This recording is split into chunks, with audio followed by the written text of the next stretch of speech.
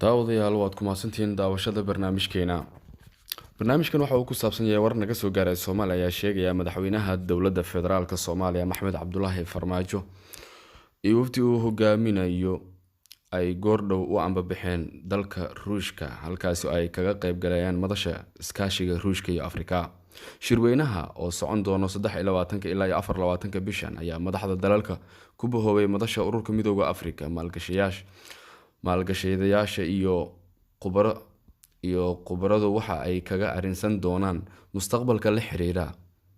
dhinaca labada dhinac dagaalka ka dhanka argagixisada, kor u qaadista iskaashiga dhinacyada amniga, socdaalka, dhibista saboolnimada iyo arrimo kale. Shirkan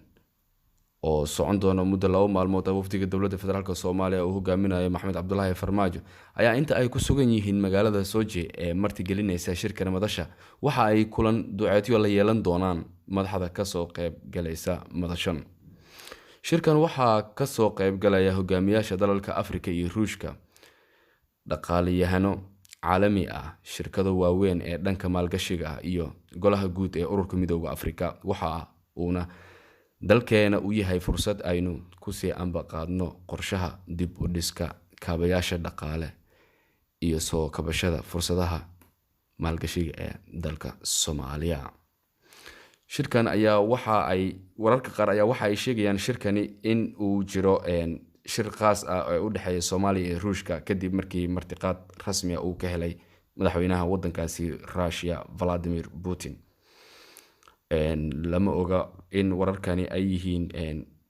kuwa sax ah, laakiin ila wareedyo ku dhow ayaa madaxtooyadu waxa ay sheegayaan in shirkani uu kadibna uu la yeelan doono shir qaas ah oo ay yeelan doonaan dowladaha Soomaaliya iyo Ruushka ayaa goordhaweed safiir u soo magacaabay muddo 2 bilood ka hor ayaa safiirkii ugu horeeyay Russia Muqdisho yimid. Inkastoo dowladii tan ka horeysay uu safiir soo magacaabay, dowladda Russia ay safiir soo magacowday soo dirtay laakiin uuna ku shaqeyn magaalada Muqdisho. Laakiin iminka waxaa la leeyahay in dowladda Russia ay ka furan doonto safaaradeeda rasmiga ah magaalada Muqdisho maadaama warqadii aqoonsiga safiirnimada uu ka gudoomay Maxamed Cabdullaahi Farmaajo madaxweynaha dowladda federaalka Soomaaliya. wararka ayaa waxa ay sheegayaan in madaxweynuhu uu kulankan uu la yeelan doono mas'uuliyiinta dalkaasi Russia. Turkiga ayaa moodaa in uu dabada ka riixayo dowladda Ruushka oo ayada aanan Soomaaliya wax xiriir dowlad lahayn tan iyo burburkii Soomaaliya. Turkiga waa dowladda kaliya Soomaaliya u soo gurmatay markii 2011 ay abaarihii iyo ay dhibaatadii kala duwan dalka uu ka jiray gaar ahaan caasimadda Soomaaliya Muqdisho ay dadkii ka soo qaxay gobolada dalka ay isugu yimaadeen.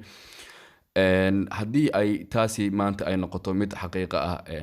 Ruushka uu Soomaaliyana soo caga dhigto u yimaado waxa ay meesha ka saaraysaa laablaabka iyo majaxaawinta reer galbeedka ay Soomaaliya ku hayeen ayagoon xiliga aan ognahay ummadda Soomaaliyeed ay ka warhayso inay isku soo xireen xero la yiraahdo Xalane oo aan la ogeyn wax alaal waxay ka dhex sameeyaan xerooyinka xeradaas ay ku leeyihiin magaalada Muqdisho. Xataa ummadda Soomaaliyeed dadka qaarka ay u yaqaanaan ay u yaqaaneen ay u bixiyeen half America ay si wacan u dhisteen ay garoomo ku dhex leeyihiin. dad qaar waxay leeyihiin in ay ku qaataan aba ay gobolada qaar ka urursadaan macdanta iyo uraniumka iyo dahabka buuraha kala duwan ee dalka uu leeyahay. inkastoo aan la xaqiijin karin laakiin imaatinka Russia soo gaaritaanka Soomaaliya haddii Turkiga uu ku soo daba film maadaama aan ognahay xiriir aad u qoto dheer uu ka dhaxeeya Turkiga iyo Ruushka dhanka military ha noqoto iskaashiga waxyaabo badan. Marka Turkiga waa kii Soomaaliya uu tusay ama caalamka uu soo jeediyay in Soomaaliya oo albaabada laga xirtay oo dunida ay u aragtay xiliga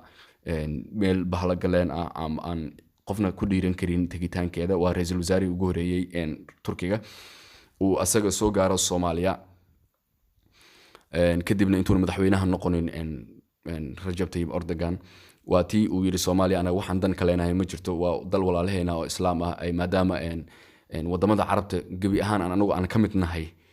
wadamada jaamacadda carabta aan ka mid nahay ay albaabada naga xirteen ayna ummadda Soomaaliyeed xiliga u yaqaaneen shacbul faqri wal faqir wal fawdo iyo wax noocaas oo ummadda ugu yeeri jireen. Marka tagitaanka amba wafdigan Ruushka maanta gaaray ayaa Soomaaliya haddii uu oo heshiis amba ay jiraaniin amba ay yimaadeen heshiis waxay noqon doontaa kii ugu wanaagsanaa. warka waxaa idinla socodsiinaya anigoo ah Geele, tan iyo ismaqal dambe xiisle waxaan idinkaga tagayaa sidaa iyo badbaado Allah.